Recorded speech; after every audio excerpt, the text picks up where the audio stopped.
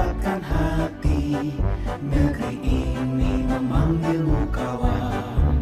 Belajar bergerak berbagi untuk negeri.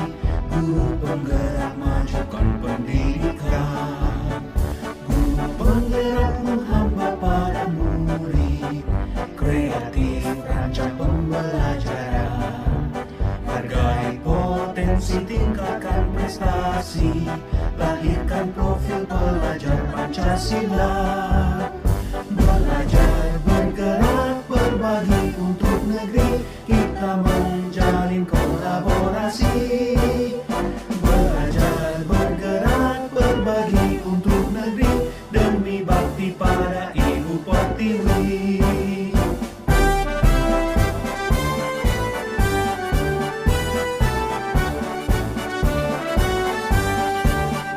Bulatkan tekad, kuatkan hati.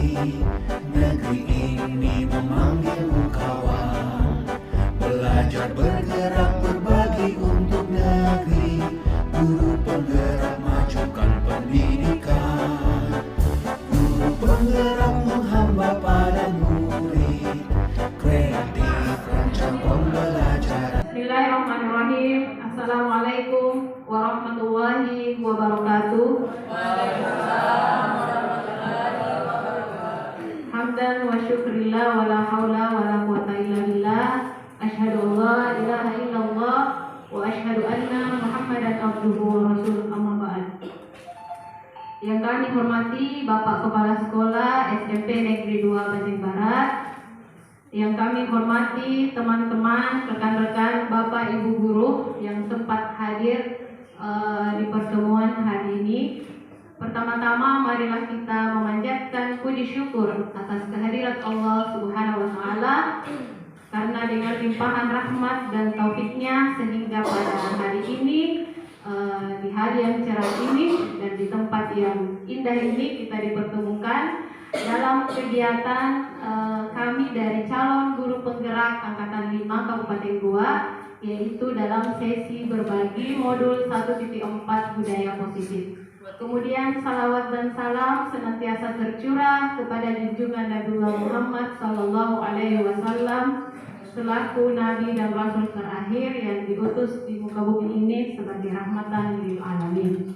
Baik, Bapak Ibu, Bapak Ibu guru hebat di depan saya, pertama-tama izinkan saya mengucapkan terima kasih atas kehadiran teman-teman, karena pada hari ini sudah meluangkan waktunya untuk menyempatkan hadir di forum ini untuk mengikuti kegiatan kami, yaitu sesi berbagi pada kesempatan ini. Baik, saya tidak akan mengefisienkan waktu, karena saya yakin teman-teman di sini setelah ini punya beberapa agenda berikutnya yang harus dilaksanakan. Baik, untuk kesempatan pertama saya mempersilahkan Bapak Kepala Sekolah untuk memberikan sambutan sekaligus membuka kegiatan ini dengan resmi. Kepada beliau kami persilahkan. Terima kasih. Assalamualaikum warahmatullahi wabarakatuh. Bapak Wakil Kepala Sekolah yang saya hormati, Bapak Ibu guru, serta hadirin sekalian, peserta sosialisasi pada hari ini. Alhamdulillah, karena kita ucapkan puji dan syukur kepada Allah Subhanahu wa taala, karena alhamdulillah kita masih diberi kesehatan dan kesempatan untuk hadir dalam rangkaian sosialisasi yang dilaksanakan oleh para guru hebat kita, guru penggerak di SMP Negeri 2 Banjar Barat ini. Salam dan salawat kepada Nabiullah Muhammad Sallallahu Alaihi Wasallam, Nabi yang senantiasa kita jadikan panutan di dunia ini hingga akhirat kelak sekolah. Bapak-bapak, ibu-ibu yang saya hormati, ya, suatu kebanggaan tersendiri bagi kami di sini, khususnya warga SMP Negeri 2 Banjar Barat ini, karena kita memiliki guru-guru yang hebat. Ya, saya pribadi merasa sangat bangga mempunyai guru penggerak dan guru-guru yang lain, apalagi ada di sini 4 orang, termasuk yang ada juga Bapak Fasilitator Pak Amin. Ya. Dan ini yang merupakan salah satu kebanggaan daripada sekolah kita. Ya, saya perhatikan di sekolah-sekolah lain itu ya mungkin gurunya hanya dia sebagai guru penggerak saja. Nah, sekarang kita sudah punya fasilitator. Ya, jadi inilah yang merupakan kebanggaan tersendiri buat sekolah kita. Ya, mudah-mudahan ilmu yang beliau dapatkan ini bisa diimbaskan kepada kita, khususnya warga SMP Negeri 2 Banjar Barat. Ya, kemudian ya alhamdulillah pada hari ini ya sudah terpenuhi salah satu tugas daripada guru penggerak itu, yaitu berbagi kepada rekan-rekan guru yang ada. Jadi selanjutnya ke depan ini ya beginilah kegiatan-kegiatan yang akan kita lakukan setelah berjalannya waktu ini. Nah, kita akan selalu mengadakan istilahnya berbagi Pak terhadap ilmu yang didapatkan oleh guru penggerak ini, ya diimbaskan kepada guru-guru yang ada. Jadi kemudian ya semua, yang saya berharap kita semua harus aktif apabila ada kegiatan-kegiatan semacam ini, ya, supaya ilmu yang beliau dapatkan itu bisa kita terapkan juga khususnya di dalam pembelajaran kita. Ya, saya kira untuk hal ini sekali lagi saya ucapkan banyak terima kasih kepada Bapak Ibu guru yang melaksanakan kegiatan sosialisasi ini. Ya, walaupun waktunya agak agak sempit atau pendek karena ini sudah jam 10, dan mungkin karena pemateri saya lihat ada 4 orang. Ya, jadi saya kira untuk penyampaian saya, yang jelas harapan kami apa yang Bapak Ibu lakukan ini merupakan awal kebangkitan sekolah kita, yang mudah-mudahan ke depan bisa lebih ditingkatkan lagi. Ilmu yang didapatkan, ya sekali lagi yang didapatkan itu bisa diimbaskan kepada guru-guru kita yang ada. Dan dengan mengucapkan Bismillahirrahmanirrahim, acara sosialisasi saya nyatakan dibuka dengan resmi. Sekian, wassalamualaikum warahmatullahi wabarakatuh. Ya, baik. Ya, demikianlah tadi sambutan dan sekaligus arahan yang dibawakan oleh Bapak Kepala Sekolah atas nama mewakili teman-teman calon guru penggerak dan teman-teman guru di SMP Negeri 2 Banjar Barat. Kami mengucapkan banyak terima kasih atas dukungan yang Bapak berikan kepada kami. Baik, selanjutnya tanpa mengambil waktu, kita langsung masuk saja di sesi berbagi. Jadi kami di sini ada berempat. Ya, kami di sini ada berempat dan akan berusaha berbagi pengalaman dengan teman-teman Bapak Ibu guru di sekolah.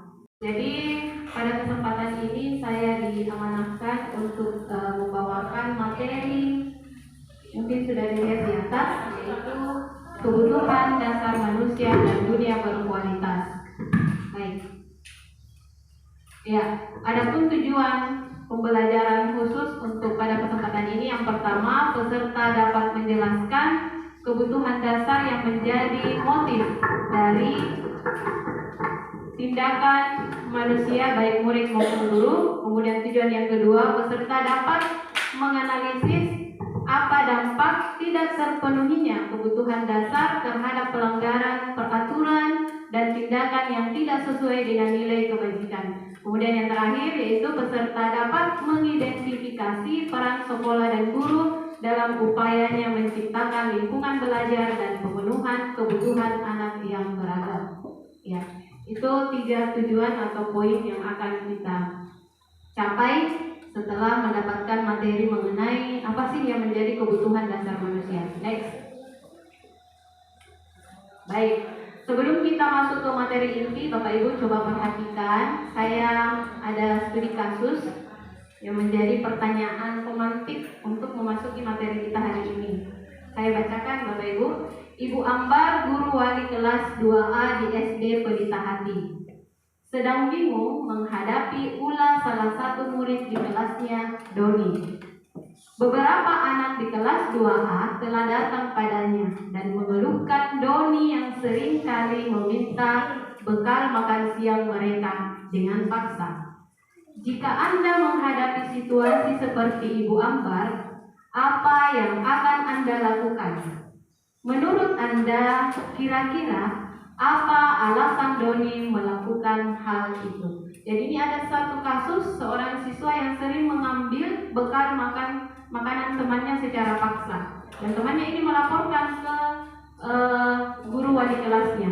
Nah, kira-kira menurut teman-teman, karena saya yakin dan percaya kita semua di sini sudah biasa menghadapi dan menangani kasus-kasus anak, bahkan jauh lebih berat dari kasus seperti ini.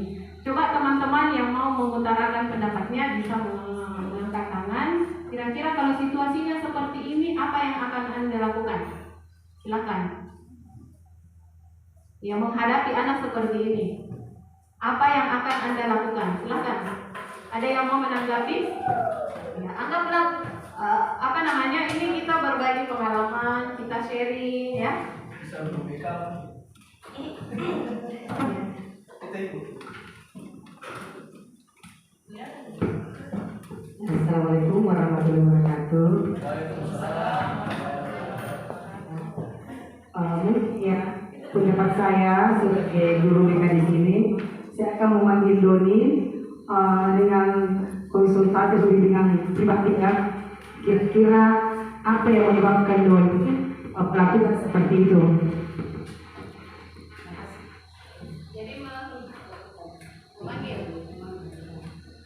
Jadi Ibu guru BK mengatakan bahwa akan melakukan pemanggilan kepada siswa yang bermasalah tersebut, yaitu Doni. Baik, terima kasih atas jawabannya.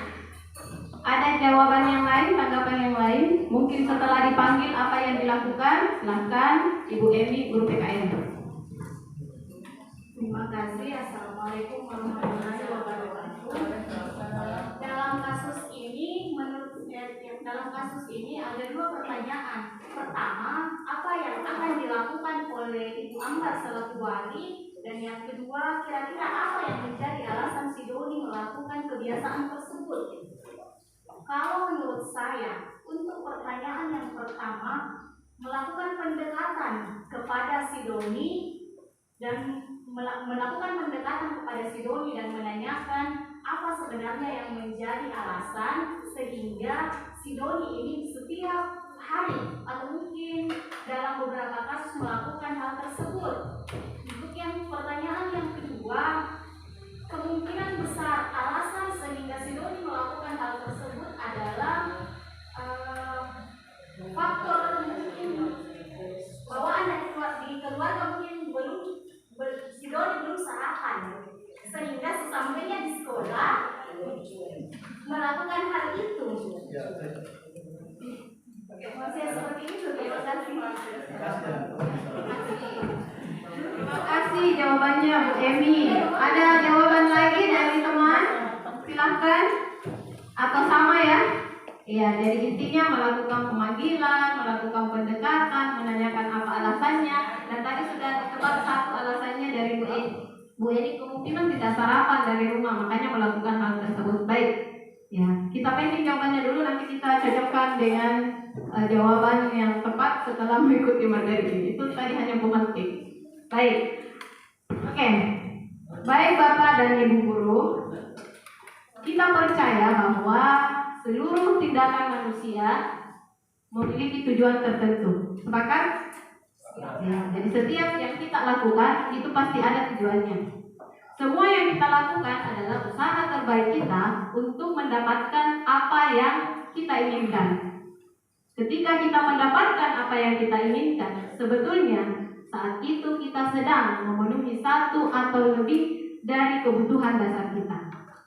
Begitupun dengan murid kita, bahwa murid memiliki tujuan di balik perilaku mereka. Salah satunya adalah untuk memenuhi kebutuhan dasar mereka. Jadi itulah pentingnya kita mengetahui apa yang menjadi alasan murid kita bertindak, berperilaku negatif atau melanggar peraturan.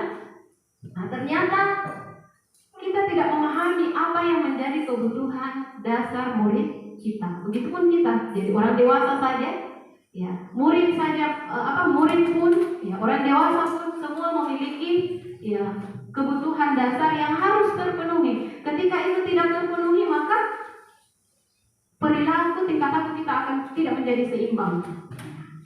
Ketika itu tidak diarahkan ke arah yang positif, maka murid-murid kita akan melakukan perilaku-perilaku yang negatif karena keinginannya itu ingin memenuhi kebutuhan dasar mereka. Baik, kita lanjut saja langsung mengenal apa sih yang menjadi kebutuhan dasar manusia. Ini menurut seorang ilmuwan psikologis, ya, Dr. William Besser, itu menyimpulkan bahwa ada 5 kebutuhan dasar manusia yang harus terpenuhi di dalam hidupnya. Yang pertama adalah kebutuhan untuk bertahan hidup atau survival. Yang kedua adalah kebutuhan akan kasih sayang dan rasa diterima, love and belonging. Yang ketiga adalah kebutuhan akan kebebasan, freedom. Jadi murid itu kita juga butuh kebebasan. Ya, jangan dikekang, jangan dipaksa. Kemudian yang keempat adalah kebutuhan akan kesenangan, fun. Makanya tidak heran itu kalau kita lihat murid kita itu selalu mau bersenang-senang di kelas, mau tertawa dan bermain, bernyanyi. Itu karena kebutuhan ini mereka yang mau dia penuhi. Dia mau bersenang-senang, dia mau berseru-seruan. Kemudian kebutuhan yang kelima itu adalah kebutuhan akan penguasaan, power. Ya. Oke, next. Kita bahas satu-satu supaya kita lebih mendalam lagi. Baik, kebutuhan untuk bertahan hidup. Yang mana saja contohnya itu? Ya, ini bersifat fisiologis, ya, bersifat fisik. Manusia itu butuh kesehatan untuk bertahan hidup. Betul tidak? Tentunya kalau tidak sehat atau sakit, ya jelas ini akan mempengaruhi tingkah laku kita. Kedua, manusia itu butuh rumah, butuh tempat tinggal untuk bertahan hidup. Ya, bagaimana mungkin murid kita yang misalnya rumahnya kebanjiran, ya, itu otomatis akan mempengaruhi bagaimana kedisiplinannya, terlambat datang ke sekolah karena dia punya alasan itu. Iya. Manusia itu butuh makanan, minuman untuk bertahan hidup, ya, butuh makan. Ya. Makanya itu jangan heran kalau anak-anak itu pagi-pagi kita sudah ada di dalam kelas, dia sudah di kantin, belum di waktunya jam istirahat sudah di kantin. Ya. Ternyata dia mau memenuhi kebutuhan ini, kasihan. Dia butuh makan, dia butuh sarapan. Termasuk kasus Doni tadi, ya, yang sudah diutarakan tadi Ibu Emi. Ya, alasannya itu kemungkinan ya karena lapar. Ya, dia tidak sarapan dari rumah dan karena ingin memenuhi kebutuhannya itu untuk bertahan hidup. Ya, itu salahnya dia karena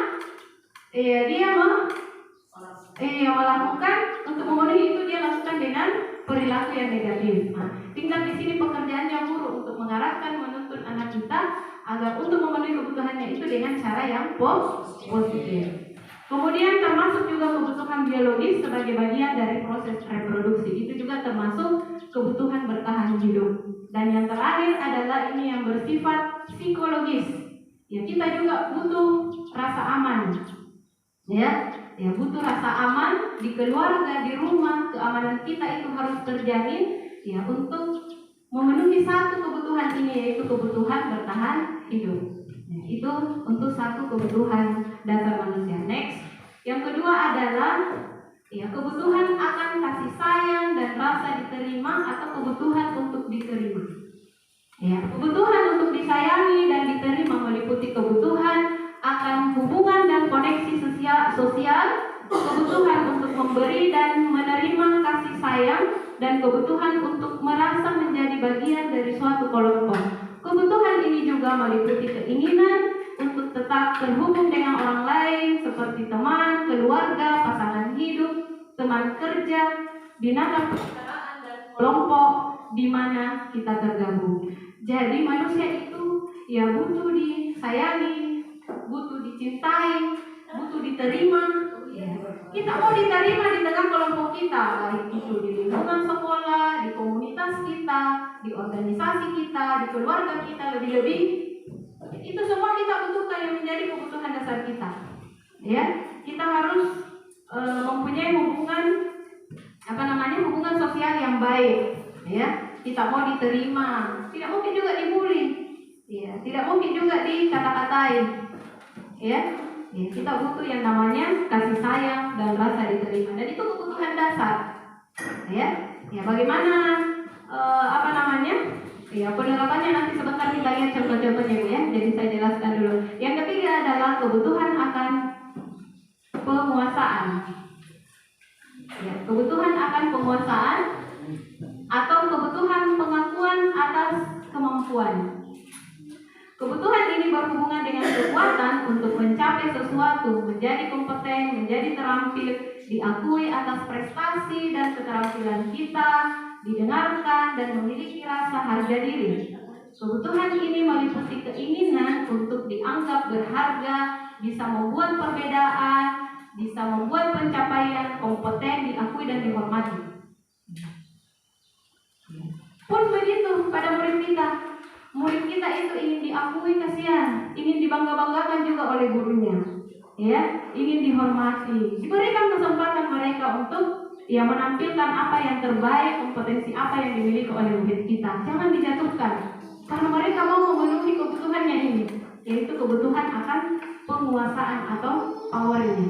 Baik, lanjut, kebutuhan akan kebebasan atau kebutuhan akan pilihan.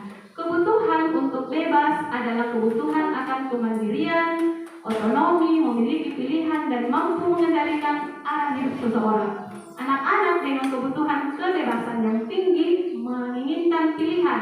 Mereka perlu banyak bergerak, suka mencoba-coba, tidak terlalu terpengaruh orang lain, dan senang mencoba hal baru dan menarik. Ya. Kita tidak pungkiri ini ya teman-teman, di kelas kita, anak-anak yang kita hadapi di kelas, ya terlihat sekali bagaimana mereka sangat aktif, ya, suka mencoba-coba, ya, ingin bebas, tidak mau dikekang, ya, tidak mau dikekang.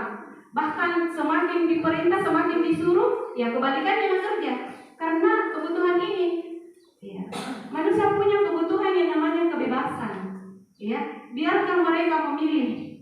Ya, tugas mereka ketika mereka tidak mampu mengerjakan tugas ini, tetapi tugas ini dia mampu, berikan mereka pilihan, biarkan mereka memilih. Sisa kita guru menjadi penuntun mereka agar mereka memenuhi kebutuhan itu dengan perilaku yang positif, bukan yang negatif. Lanjut, yang terakhir adalah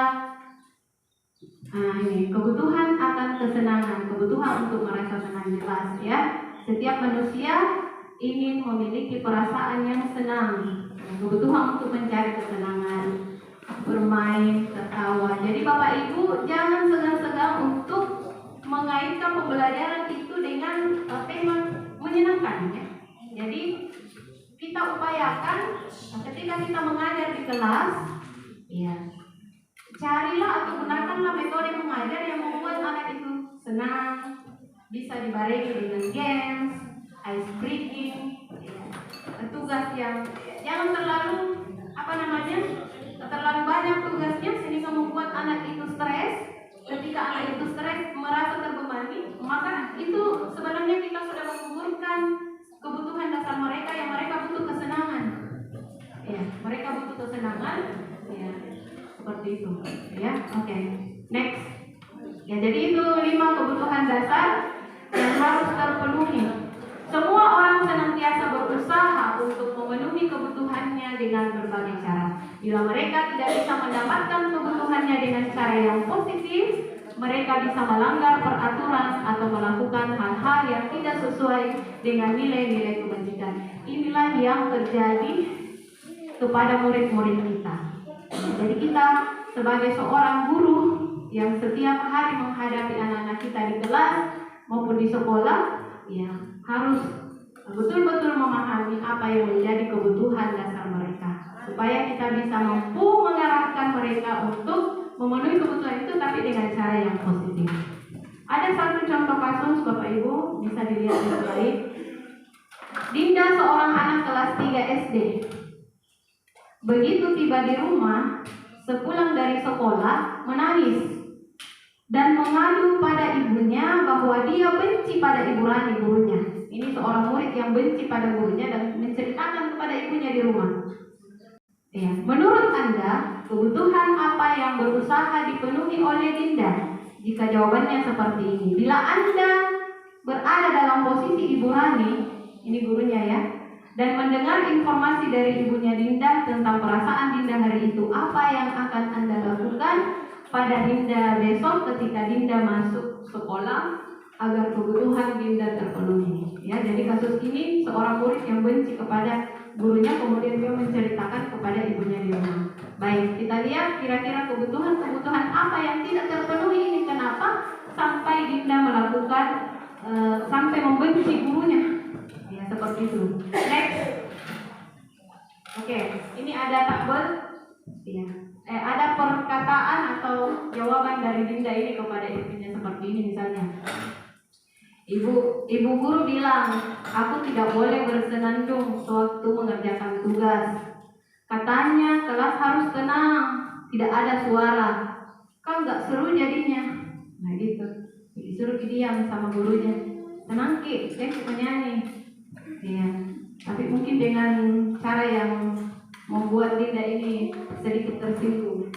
Nah, jika pernyataan atau jawaban Dinda seperti ini, maka kita sudah bisa mendiagnosa atau mengidentifikasi bahwa ya, kalau kata-katanya begini berarti kebutuhannya yang tidak terpenuhi itu adalah kesenangan. Iya. Dia kurang bersenang-senang, makanya mau bersenang-senang. Iya. Tindakan apa yang kita lakukan, saya yakin dan percaya Bapak Ibu punya trik masing-masing, karena ya, setiap guru punya karakter yang berbeda-beda bagaimana cara menangani ya anak-anak mereka, ya anak-anak kita. Yang kedua, ada lagi pernyataannya Dinda begini. Ibu guru tidak menyapa aku hari ini, padahal aku pakai jepit rambut baru. Nah itu bahaya ini. Jadi sekecil apapun kita perhatikan itu murid tak. Ya, ternyata dia sampaikan ke ibunya di rumah. Ya. Tidak namun jika itu guruku tidak nasapa Kak, padahal pakai jepit rambut baru. Ini anak SD. Jadi begitu ceritanya. Nah ternyata kalau kita mau mendiagnosa, oh berarti anak ini kebutuhan yang tidak terpenuhi adalah dia mau disayangi, diberikan kasih sayang, dia mau rasa diterima seperti itu. Itu Bapak Ibu, jadi kita tidak boleh cuek-cuek saja kepada murid kita. Ini contoh ini. Ternyata dia simpan itu di hatinya. Dia simpan. Itulah mungkin beberapa murid, dan kita juga pernah di bangku sekolah. Ya saya yakin dan percaya, ya kita berkali ini guru tak, guru yang saya senangi, guru yang saya benci, guru kita kasih begitu guru tak. Sama seperti murid kita juga hari ini yang kita hadapi akan seperti itu juga. Kemudian yang ketiga pernyataannya, aku bosan. Aku bosan. Masa belajarnya cuma gitu-gitu aja? Dengarin ibu guru aja. Oh ini, ya gurunya mungkin monoton ya, ceramah, ya. Jadi bosan ini muridnya. Nah berarti kebutuhan apa yang tidak terpenuhi? Kebebasan. Ya. Dia merasa tidak diberikan pilihan. Ya, dia seperti diatur, dikekang, ya disuruh diam, dengarkan saya bercerita ya, begitu ya. Nah, itu. Kemudian yang terakhir, aku sebal, gambarku tidak rapi, malah ibu guru menunjukin ke teman-temanku di depan kelas. Nah ini, gambarnya jelek, tidak rapi. Nah, justru gurunya itu menampilkan di teman-temannya sehingga membuat anak ini malu. Nah, itu membuat ini murid kita ini benci kepada kita. Itu hati-hati kita dalam bertingkah. Ya, itu bisa memberikan mungkin kita agak biasa, tapi itu akan tersimpan di hati murid kita seperti itu. Karena kebutuhan ini, anak itu punya kebutuhan akan kekuasaan. Dia mau diakui, dia mau dihormati, dibanggakan juga oleh ya kita sebagai guru. Baik, next. Glaser menyatakan bahwa kapasitas untuk berubah ada di dalam diri kita.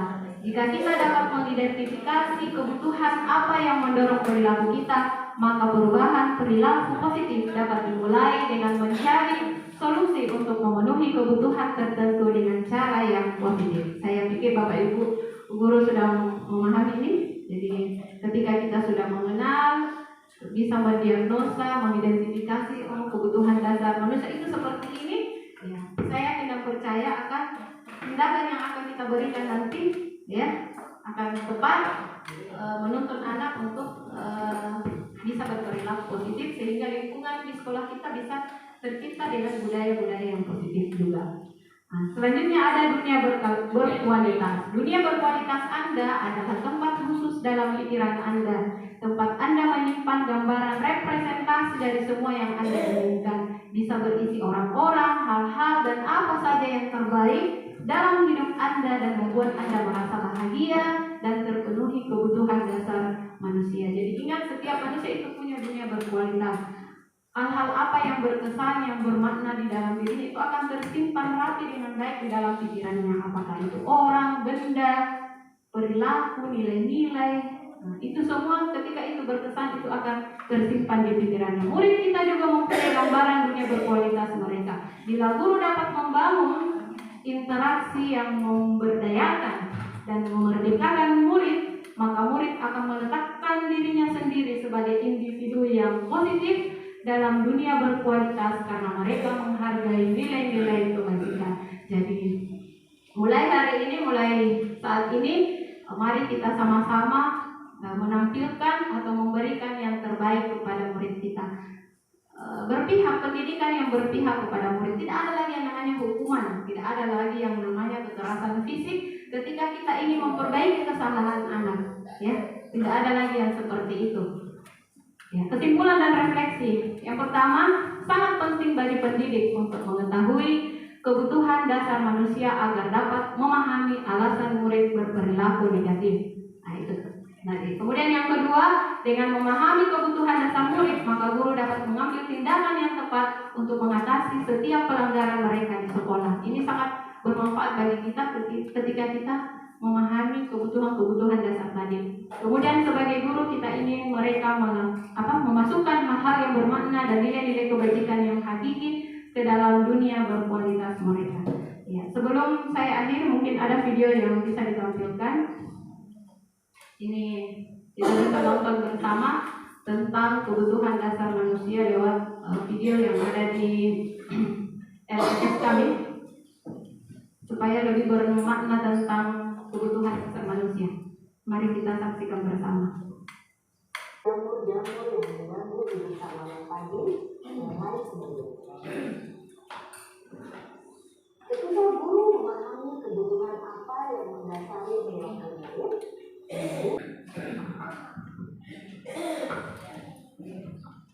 baik, Bapak Ibu guru hebat, ya. Seperti yang di video tadi yang ditampilkan, ya, sesuai dengan penjelasan yang saya bawakan tadi, untuk bagaimana kita memahami kebutuhan dasar manusia agar kita bisa mengidentifikasi dan bisa mengetahui apa alasan dibalik murid kita melakukan seperti itu, sehingga kita bisa memberikan tindakan yang tepat untuk memenuhi kebutuhan itu dengan tindakan atau perilaku yang positif. Ya, demikian materi atau pembahasan dari saya. Mohon maaf bila ada kekurangan atau ketersinggungan. Assalamualaikum warahmatullahi wabarakatuh. Selanjutnya saya serahkan kepada Pak Ali.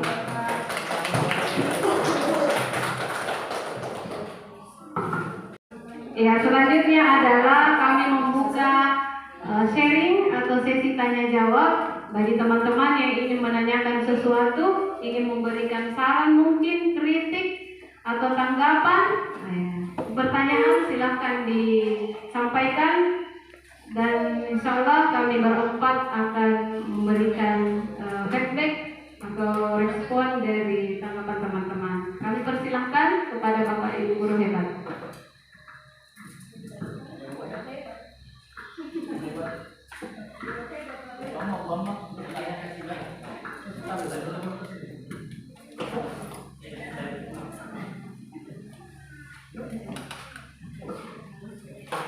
Bismillahirrahmanirrahim. Assalamualaikum warahmatullahi wabarakatuh.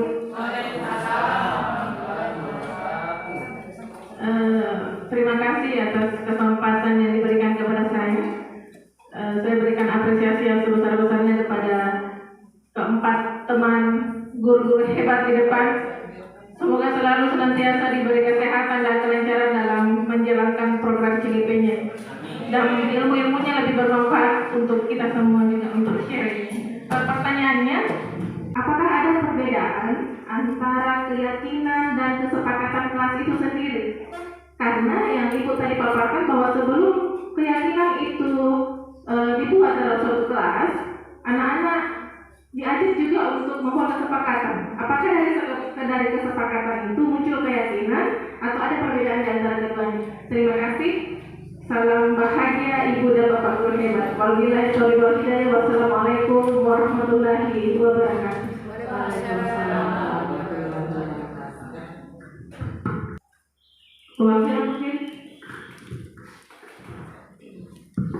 Ya, kalau kesepakatan kelas itu yang biasa kita lakukan di kelas adalah bagaimana kita membuat kesepakatan antara guru dengan murid, murid dengan murid, ya, dan seterusnya.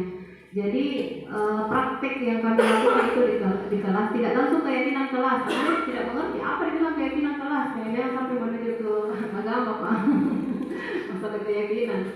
Ya, tapi bikin kesepakatan.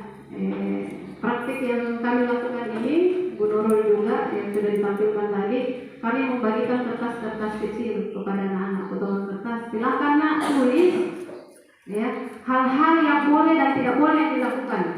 Gitu. Saya katakan begitu. Tulis apa yang boleh dilakukan di kelas dan apa yang tidak boleh dilakukan di kelas. Kan mengarah ke peraturan itu. Ya, tujuan tak begitu. Jadi anak itu tulis di semua. Ya, bisa lebih dari satu Bu, bisa tulis pakai saja di kertas. Kalau tidak cukup kertasnya saya kasih lagi kertas. Pokoknya tulis saja semua dulu apa yang ada di pikiran saya. Jadi dia tulis di semua. Tidak boleh datang terlambat, mendengarkan penjelasan guru, ya. Tidak boleh mengambil barang milik teman. Pokoknya dia tulis di semua. Nah, setelah itu nanti di kertas karton yang kita sudah siapkan, ya. Kemudian kita minta anak membacakan. Dibacakan itu semua hasil tulisannya. Nah, setelah itu, ya, dari semua tulisan-tulisan anak-anak kita, itu yang kita kemudian rangkum, jadikan suatu keyakinan kelas. Jadi keyakinan kelas itu bisa jadi produk dari kesepakatan yang sudah kita buat bersama dengan murid-murid kita. Karena setelah menjadi suatu keyakinan kelas, itu akan lebih mendalam, ya. Lebih diresapi dan tidak terlalu banyak kata-kata. Kalau kesepakatan banyak kata-katanya, nanti bingung juga pembacanya, nanti dibuat cantik lagi dalam kesepakatan keyakinan kelas seperti itu. Jadi silakan teman-teman, terutama wali kelas ya, bisa mempraktekkan kemudian ditempel di dinding kelas. Itu akan menjadi pengingat terus kepada anak-anak kita. Jadi intinya keyakinan ini, kesepakatan ini dibuatnya oleh murid. Itu bedanya. Kalau peraturan sekolah dibuatnya oleh guru. Dan kalau kesepakatan kelas atau keyakinan kelas itu dibuatnya oleh murid, sehingga penerapannya atau realisasinya nanti itu akan lebih bermakna karena mereka sendiri yang buat. Jadi saya biasa katakan begitu. Kau sendiri yang berbuat, berjanji kau sendiri yang melanggar. Ya, jadi itu akan tertanam itu di pikirannya seperti itu. Terima kasih. Mereka ada kesepakatan yang dibuat. Walaupun ada siswa yang sudah membuat kesepakatan kemudian dengan melanggar, apakah itu termasuk ke dalam hukuman, konsekuensi atau restitusi? Karena kan tadi dipaparkan pada 3, Ya, dan tolong juga dijelaskan, agak bingung yang mana hukuman, konsekuensi sama restitusinya Pak, seperti itu. Terima kasih. Ya, terima kasih banyak. Luar biasa ini kita. Saya diamanai oleh Bapak Kepala Sekolah untuk menuntut dari pimpinan juga guru. Ya, terima kasih mungkin seperti itu. Mengenai perbedaan hukuman, konsekuensi dengan restitusi, ya. Kalau hukuman itu tidak ada kesepakatan awal, langsung dikasih anak-anak. Kalau konsekuensi sudah ada nih, anak-anak kalau kesalahannya ini begini, dia harus lakukan ini, itu konsekuensi. Ya mungkin ini yang kita jalankan di sekolah. Jadi kita sudah kasih konsekuensi. Kemudian yang lebih efektif, yang lebih tinggi tingkatannya lagi restitusi. Kita lakukan restitusi untuk bagaimana menangani anak itu dia memperbaiki kesalahannya sendiri. Ya, jadi kita hanya mengajukan terkait contohnya mengajukan beberapa pertanyaan. Biarkan dia menjawab, biarkan dia sendiri yang menemukan apa yang akan dia lakukan, bagaimana cara memperbaikinya. Jadi kita ini tidak mau mencari siapa yang salah. Ya, kau salah, kau tidak. Tapi bagaimana memperbaiki kesalahan. Jadi itu intinya. Jadi dari tiga restitusi. Baik, teman-teman, apa masih ada pertanyaan? Kalau tidak ada, kita akan tutup pertemuan hari ini. Iya, kita aplaus dulu sama-sama untuk memberikan apresiasi kepada kita semua, bukan cuma pemateri yang ada di depan kita, tapi Bapak Ibu guru yang hadir hari ini di kegiatan membersamai kita dari awal sampai akhir. Kami ucapkan banyak terima kasih sudah meluangkan waktu, sudah berbagi, sudah sharing. Kemudian mohon maaf jika dari awal kegiatan sampai akhir itu ada kehilafan kami memohon maaf karena bagaimanapun ya kita juga ini adalah manusia yang tidak luput dari yang namanya kesalahan dan kehilafan. Baik teman-teman sekalian, semoga apa yang kita bawakan tadi itu bermanfaat dan mari kita bersama-sama berkolaborasi, bekerja sama untuk kemajuan sekolah kita, ya, memperbaiki tatanan, memperbaiki perilaku kita, dan tentunya itu dimulai dari diri kita sendiri sebagai seorang guru. Bagaimana mungkin kita mau mengajak murid kita untuk berperilaku baik, berperilaku positif, ketika kita sendiri yang akan dijadikan role model, dijadikan teladan dan contoh untuk anak-anak kita menampilkan perilaku yang tidak positif atau yang tidak baik. Nah, itu mungkin pelajaran yang bisa kita ambil pada pertemuan hari ini. Sekali lagi terima kasih dan kami tutup dengan ucapan Alhamdulillahirabbil alamin.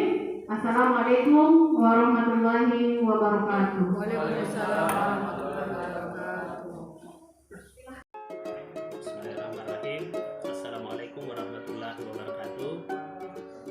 Perkenalkan, saya Haji Sarifuddin SPD sebagai Kepala Sekolah SMP Negeri 2 Badung Barat. Di sini saya akan perkenalkan calon guru penggerak yang ada di sekolah kami, yaitu sebanyak 4 orang. Ya, yang pertama Bapak Irwas SPD NTD, yaitu guru mata pelajaran pendidikan agama Islam. Kemudian Bapak Musawir Rusli SPD, yaitu Bapak guru mata pelajaran Penjasgas. Kemudian ada Ibu Nurul Ifadah, guru mata pelajaran bahasa Inggris. Dan yang keempat Ibu Fira, itu guru mata pelajaran IPA. Nah, di sini kami merasa sangat bangga telah memiliki 4 orang guru ini sebagai calon guru penggerak, di mana beliau-beliau ini seingat kami mempunyai kompetensi yang sangat bagus, kompetensi baik itu dari segi pembelajaran di kelas maupun bagaimana komunikasi dengan para guru-guru yang lain. Nah, kemudian Ibu Magfira ini juga merupakan guru yang senior di sekolah kami. Jadi mengenai sumber SDM-nya semua ini yang ada di sekolah kami, khususnya guru IPA ini, saya kira SDM-nya sudah cukup bagus. Ya, ditambah lagi dengan calon guru penggerak, tentunya akan lebih memantapkan pengalaman dan ilmu-ilmu yang berhubungan dengan pendidikan yang akan diterapkan di sekolah kita, di SMP Negeri 2 Bajeng Barat ini.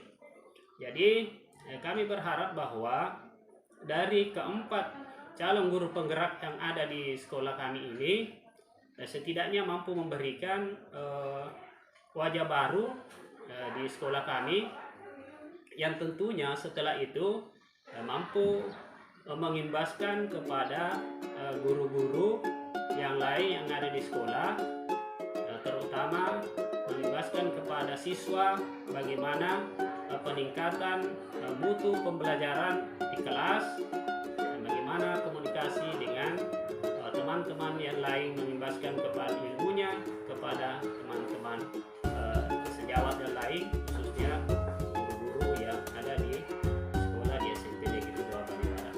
Saya kira demikian. Billahi taufiq wal hidayah. Wassalamualaikum warahmatullahi wabarakatuh.